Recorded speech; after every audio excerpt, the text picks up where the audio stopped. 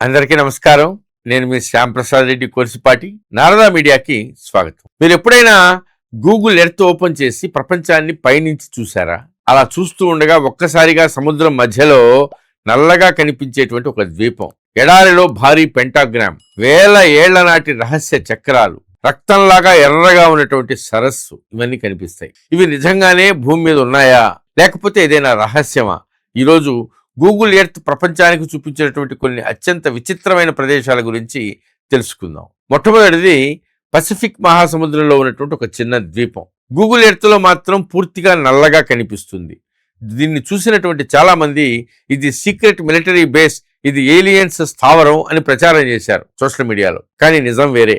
ఆ ద్వీపంలో ఉన్నటువంటి పైసోనియా చెట్లు అంత దట్టంగా పెరిగి ఉండడంతో పైనుంచి చూస్తే మొత్తం ద్వీపం ఒక నల్లటి రంధ్రంలాగా కనిపిస్తుంది. అలాగే కజకిస్తాన్లో సుమారు 366 మీటర్ల వెడల్పున్నటువంటి భారీ పెంటాగ్రామ్ కనిపిస్తుంది. దీన్ని చూసి అక్కడ డెవిల్ పూజలు జరుగుతున్నాయా అని సోషల్ మీడియాలో ప్రచారం జరిగింది.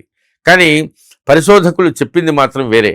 అది ఒకప్పుడు స్టార్ ఆకారంలో నిర్మించినటువంటి ఒక పార్క్, చెట్ల వరుసల వల్ల పైనుంచి అది పెంటాగ్రామ్ లాగా కనిపిస్తా ఉంది అని చెప్పారు. ఇంకొకటి ఇరాక్లో ఉన్నటువంటి ఒక సరస్సు గూగుల్ ఎర్త్లో ఎర్రగా కనిపిస్తుంది.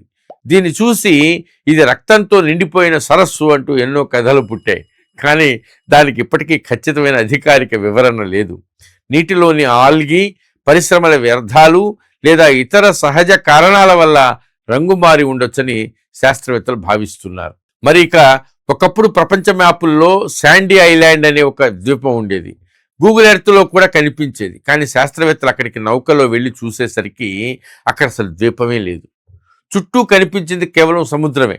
శతాబ్దాల క్రితం జరిగినటువంటి మ్యాపింగ్ పొరపాట్లు, తేలాడేటువంటి అగ్నిపర్వత రాళ్ల కారణంగా ఈ భ్రమ ఏర్పడి ఉండొచ్చని శాస్త్రవేత్తలు చెబుతున్నారు. అలాగే జోర్డాన్ ఎడారిలో భారీ చక్రాల ఆకారంలో నిర్మాణాలు కనిపిస్తాయి. వాటి వయస్సు సుమారుగా 8500 సంవత్సరాలు. అంటే ఈజిప్ట్ పిరమిడ్ల కంటే కూడా చాలా పాతవి. ఇవి ఎవరు నిర్మించారు, ఎందుకు నిర్మించారు, ఇప్పటికి పూర్తిగా తెలియదు. ఇక గూగుల్ ఎర్త్లో చైనా గోబీ ఎడారిలో వింత గీతలు, భారీ జామితీయ ఆకారాలు కనిపించాయి.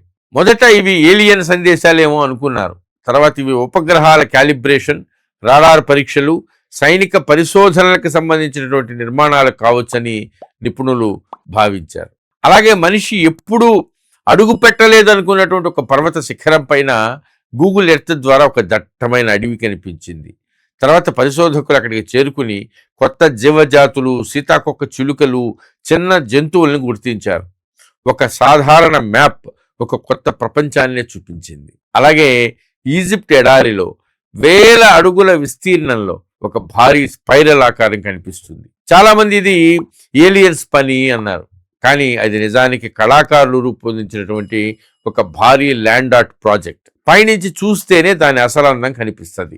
గూగుల్ ఎర్త్ కేవలం మ్యాప్ మాత్రమే కాదు, మన కళ్ళకు కనిపించని ప్రపంచాన్ని అంతరిక్షం నుంచి చూపించే ఒక కిటికీ. దానిలో ఇప్పటికి కూడా శాస్త్రవేత్తలకు సమాధానం దొరకని ఎన్నో రహస్యాలు దాగి ఉన్నాయి. మరి వీటన్నింటిలో మీకు అత్యంత ఆశ్చర్యం కలిగించింది ఏది? కామెంట్లో తప్పకుండా చెప్పండి.